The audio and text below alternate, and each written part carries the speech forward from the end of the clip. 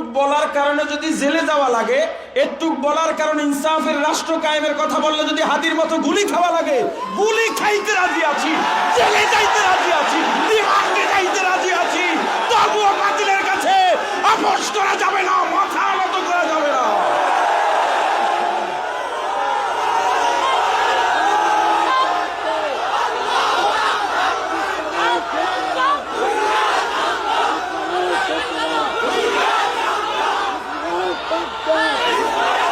শোনেন, 50 জন বাংলাদেশের সম্মানিত ব্যক্তিত্ব নাগরিকদেরকে টার্গেট করা হয়েছে। পীর সাহেব চরমনাই তার মধ্যে আছেন, শায়েখে চরমনাই তার মধ্যে আছেন।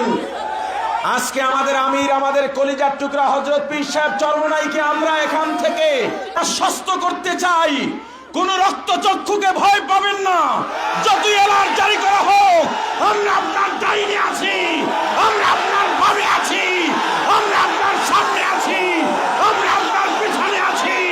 আপনার দিকে বুলেট তীরে আসার আগে আমরা শাহাদাত বরণ করব।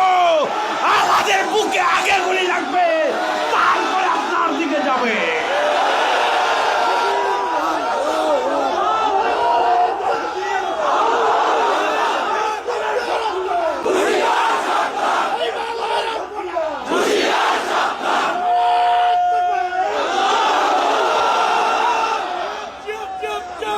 আলহামদুলিল্লাহ, বসেন।